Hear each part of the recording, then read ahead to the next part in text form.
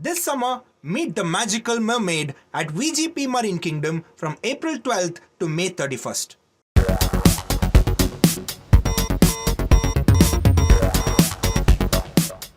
Hello and a warm welcome to Federal's special program Capital Beat. Today I'm at Jawahar Bhavan in Delhi, where a group of about 120 civil society organizations have gathered today, and they are gearing up for the counting process to minimize all possibilities of manipulation in the counting process. I'll talk about this, and with me is Shashikant Senthil, who doesn't need too much of an introduction. He's a former bureaucrat who's currently working in the Congress war room. Then we have Nadeem Khan, who is a social activist, and Venkat, who's another social activist. So all these three people will be joining me on the conversation. Senthil, to you first. What is the idea behind this conclave? Because this idea was seeded in Bangalore. Then there was an open letter which was sent to all the returning officers yesterday. So what is the idea behind, gearing up for a conclave like this? Election is the biggest democratic process, and the way democracy we see, has been wrongly misconstrued as only for the political parties. But I think there's a larger context to this. This is people's mandate, and the people who give mandate, it is very natural for them to expect that the mandate remains what it is. So in recent times, and with the party which is in power, I think that confidence on the institutions have waned away. So now people have come together to make sure that the institutions work well, and there is a constant vigil on these institutions when this work is happening. But in the past, do you think that so much of emphasis was laid on the counting process, training of the counting, polling agents, and coming up for a conclave like this, laying so much of emphasis? Is it because of the questions which are being raised on the neutrality and the fairness of the Election Commission? Absolutely. Not only the Election Commission, the primary democratic institutions, which have to be very neutral in this country, have lost their confidence in the eyes of the people for a long time, for quite some time. This was not the case, 10 years earlier. People had extreme confidence, and I also come from the service. But the way now things are happening is very different, and that's why I think at the end of the day in the democracy, it's about people's vigil, and I think that's what prompted. So you have given up your bureaucracy, and now you're full time with Congress right now. Yeah, with the Congress, with the people, everything together. Nadeem, to you now. What do you think is the basic concern right now? Because as everybody is saying, there are lots of questions raised on the neutrality of the Election Commission. Apart from that, institutions also, it seems, are totally compromised. So what do you think can the political parties and the social activists like you really do at this point of time? I'll start with the first question which you asked, Senthil, why people are gathered at here. Around 120 organizations and individuals is here, and they are concerned about the electoral process. That's mean, and before that we have not heard, no one is gathered and talking about the counting process and all. That's mean the people, those who are here, they don't have any faith in the electoral system. As Election Commission, even in earlier you have not heard that few organizations, ADR or some other organization went to the Supreme Court and asked about the process of electoral process and 17C and all. Why? Because earlier we have a faith in all election process and as well as Election Commission. If we people are meeting and a concern and talking about the whole process, that's mean we don't have even the activities of the Election Commission is not reflecting, so we can trust on them. If some people went to the court and they were concerned about the Form 17C, so what was the role of Election Commission? They are arguing it legally, it's not mandatory.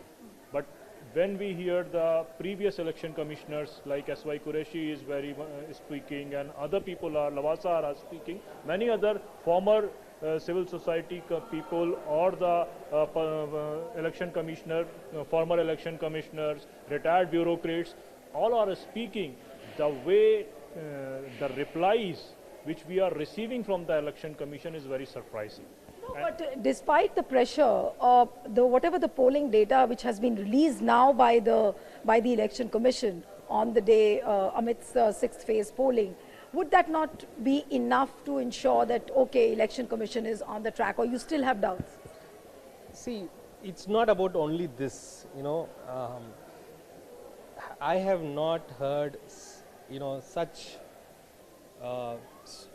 horrible campaign from a political party, that too from the Prime Minister, uh, pinpointing a community in various formats. This was not the case at all. We had a very strong model code of conduct where we used to get notices, cases used to be filed against people who even think about uttering such things. Now today it's completely in a different space altogether. And the way Election Commission has been indifferent to demands from people, from political parties to reconsider things, to explain things, is all added up to this lack of confidence.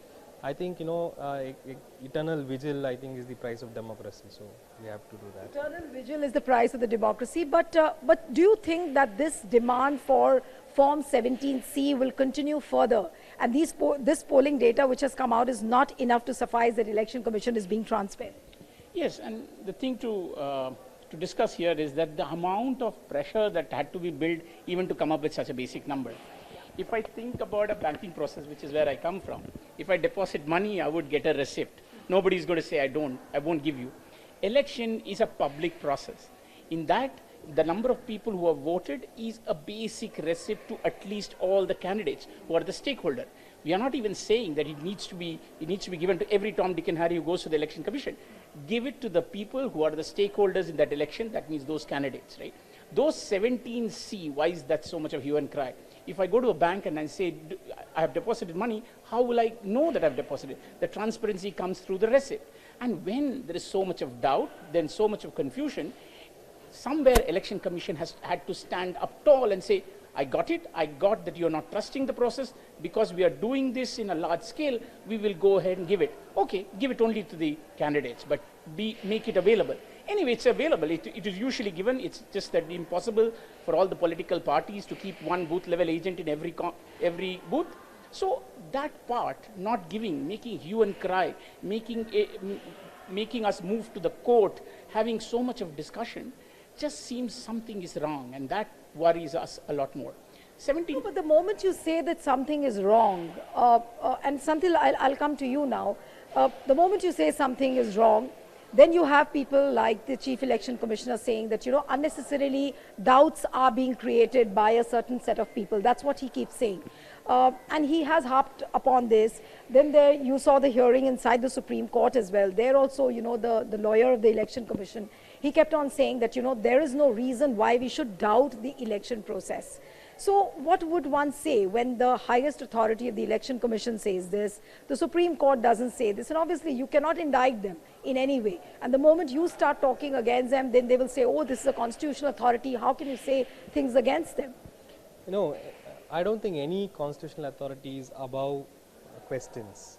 Then that is like a divine authority. So when questions are asked, answers have to be provided. When you delay those answers, or when you try to divert those answers, then doubts arise. So in my opinion, people have been asking relevant questions. Nowadays you see many organizations in international level even respond to people arbitrarily asking questions in social media, because that is what is expected out of, So asking questions and answering questions is democracy. If I am a civil servant and somebody is asking, are you straight enough, are you not corrupt, then I should answer yes. I could not be offended about how come people are asking this question. Once I come into a public forum, people will ask questions, and that questions need to be answered, and I don't think any question is irrelevant. There's a question which is put in front of the ECI. Why did it take you 11 days to publish a press note? Earlier you used to conduct press meets on the eve of the election, and then it used to come the next day. It's a very valid question. So if there is a genuine mistake, Election Commission let it come out and say, we made a genuine mistake, we could have done it, we didn't do it. That's Sorry. an important point you are making. And Nadeem, I'll come to you now. Do you feel that there is some kind of a disconnect now between the Election Commission and the citizens? Because we keep saying that Election Commission, and I was just listening to the lectures inside, where they said that Election Commission thinks that this election is only between the Election Commission of India and the political parties. There is no citizen as a stakeholder. Is that the biggest mistake you feel that the Election Commission is doing this time in 2020? Look, as I told you earlier, when we are expecting the poll percentage from the election commission, and most of the time either at the same day evening around 7 o'clock we heard of election commissioner in a press conference, or the next day morning we got all the data of percentage and all, and even till last election. Even the last former election commissioner Aziz Qureshi said if they are saying they are getting data due to some delay, it's all irrelevant questions. Data received around 8 o'clock and they have to announce till 12 p.m. next day morning. So if we are not even as a citizen. My concern is that if I am working for the voter awareness campaign, for involving the people go to the voting booth, and if I am not getting the data how many people voted in my particular constituency, and I have to go to the court, that's mean it's showing the reluctancy of the election commission. They are not concerned about the Indian people, those who have voted for them or against them. We just want to know that how many people have been voted in this democratic festival. And if just for the one data, if I have to go to the court and to the Supreme Court, and they are saying we are not legally bounded to release the data. Earlier election commission was not behaving like this. This time, if I want in my area, suppose that I am not a political party, if the political party person want to know that how many persons have been voted in their constituency, and for that query they want to, the election commission is not ready to give the reply and they have to go to the Supreme Court. So what is the mean of that? So what would be the, now my final round of questions and then I'll wind up. So what could be the final takeaways of this conclave? You said that there can be a formation of a vigilance commission which will keep a tight vigil on what is happening. But apart from that, what could be the other takeaways? Say something like maybe a task force which is going to oversee all the activities. What is it going to be like? I mean, what can the public really look forward to after this conclave is over?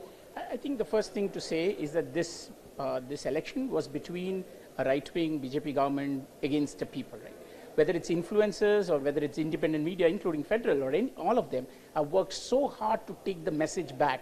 It looked like 4 months ago, it would be impossible to beat the BJP IT cell. But today, it looks like it's not there anywhere. It looks like the people's media have taken over that.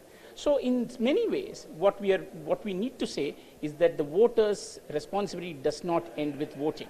So this meeting, more than anything else, is to go back and say, while the civil society participated in the process of voting, its election, its responsibility continues till the transfer of the mandate happens. In that process, there is a process of counting, there is a process of vigilance there is a process of narrative building, making sure that we do not fall prey to the exit polls, which sometimes seem so biased. It does not seem to have any concern with any data, any narrative shift. The narrative has shifted.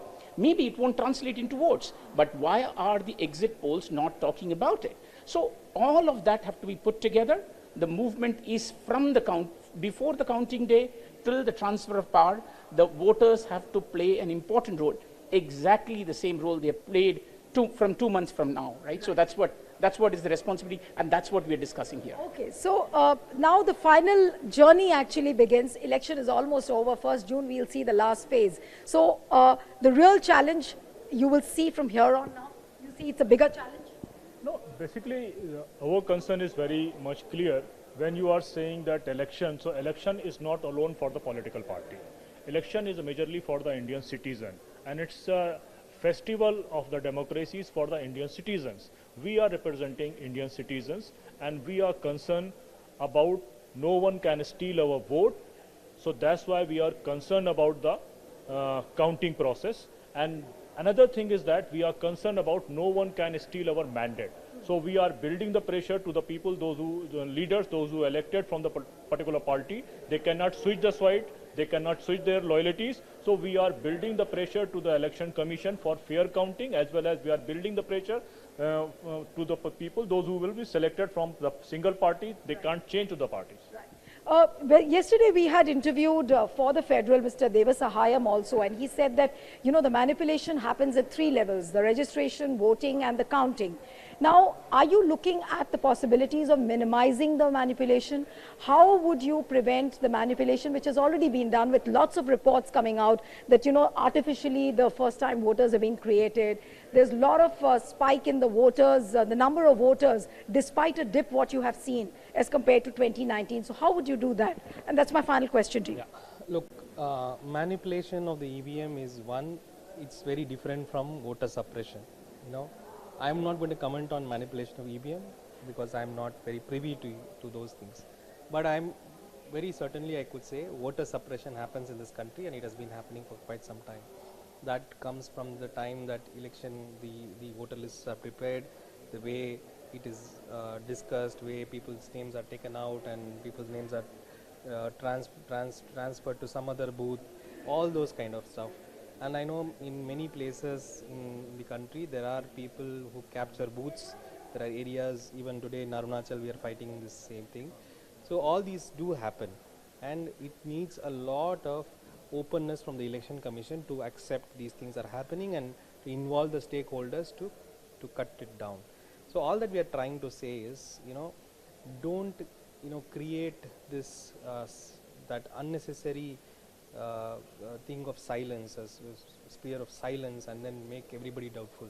That's not what the Election Commission is supposed to do. It has to come out with, we have something called sweep.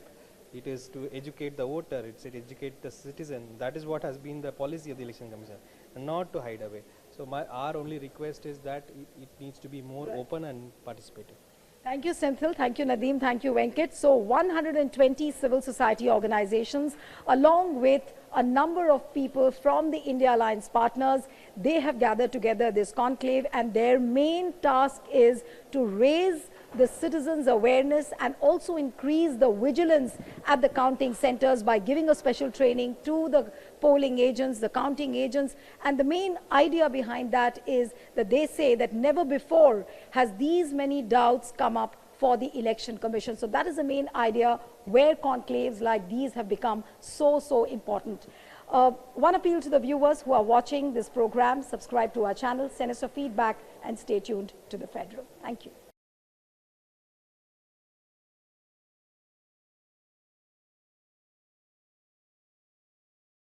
This summer, meet the magical mermaid at VGP Marine Kingdom from April 12th to May 31st.